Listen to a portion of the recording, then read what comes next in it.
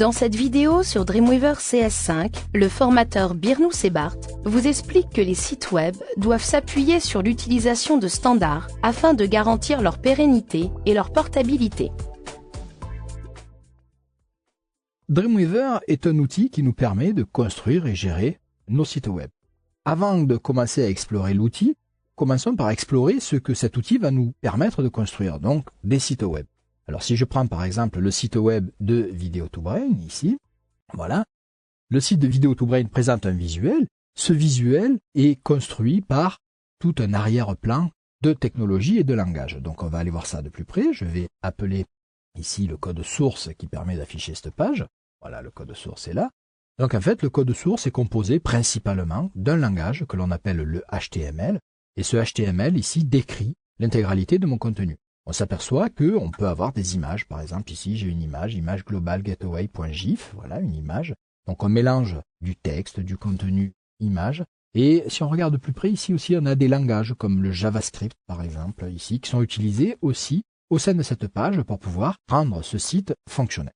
Alors, Dreamweaver, lui, va nous permettre de travailler avec ces diverses technologies. Vous voyez ici le HTML, les CSS, les images, le JavaScript. On ne voit pas les images dans Dreamweaver. On verra qu'on a un tierce compagnon qui s'appelle Fireworks ou Photoshop, celui que vous préférez, de la suite, qui va vous permettre de travailler les images. Mais cet amalgame de technologies peut être utilisé de différentes manières. On pourrait très bien, si je reprends ici le site de Video2Brain, on s'aperçoit que l'image n'est pas placée n'importe où. Elle est placée à une certaine distance du bord, elle est placée à une certaine distance ici du texte. Et pour pouvoir donner ces informations au langage, qui lui ne fera que structurer, que fabriquer le contenu, donc le titre, le sous-titre, l'image de présentation, on aura plusieurs manières de pouvoir indiquer ça au navigateur. La manière la plus pérenne, la plus viable dans le temps pour construire des sites web est basée sur l'utilisation des standards du web. Alors, si l'utilisation des standards du web est aujourd'hui chose quasi acquise et quasi prônée par l'ensemble de la profession, ça n'a pas toujours été le cas. Alors, je vous invite à venir lire quelques articles comme par exemple celui paru chez OpenWeb qui parle de pourquoi utiliser les standards du web. Alors, je vais passer ici dans un navigateur plus à onglet, plus facile à naviguer. OpenWeb qui commençait à prôner l'utilisation forte de ces standards.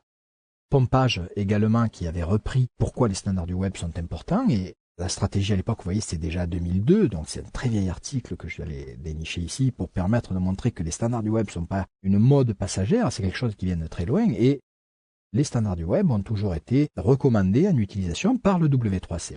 Alors, lisez tous ces articles, imprégnez-vous de ces standards du web, vous verrez. Ça dépasse un peu le scope de ce DVD sur Dreamweaver, sur l'outil Dreamweaver, mais je vous invite à vraiment vous imprégner des standards du web pour bien comprendre les intérêts et l'utilité que vous aurez d'utiliser ces standards. Alors, les deux derniers acteurs majeurs de l'utilisation des standards du web sont le Web Standard Project, sans qui peut-être que tout n'aurait pas été si vite ces dernières années, grâce à l'impulsion donnée par un groupement de développeurs sous l'étiquette des Web Standard Project, l'ensemble de la profession, que ce soit des constructeurs de navigateurs comme les constructeurs de logiciels, éditeurs, ont permis de faire avancer à grands pas l'utilisation de ces standards. Et enfin, un dernier acteur qui est arrivé très récemment, WebVG, qui un peu a voulu booster la recommandation qui ne sortait pas de la prochaine version du HTML. Alors les questions c'était HTML5 ou XHTML2, quel allait être le prochain remplaçant du langage utilisé. Et WebVG a créé un groupe de réflexion autonome du W3C qui a fait une proposition de recommandation. Et aujourd'hui, on peut dire que depuis l'été 2009, donc, le W3C s'est rangé derrière le WebVG et la prochaine version de HTML sera HTML5. Alors, revenons à Dreamweaver. Nous voyons que Dream utilise toutes ces technos. Je vous propose que déjà on mette à plat qu'est-ce que sont ces technos. Alors, pour ceux d'entre vous qui connaissent déjà le HTML, les CSS, ça permettra de revoir un peu tout ça, mais pour les autres, ça donnera une clarification, une démystification de qu'est-ce qui se cache derrière ces langages et ces technologies.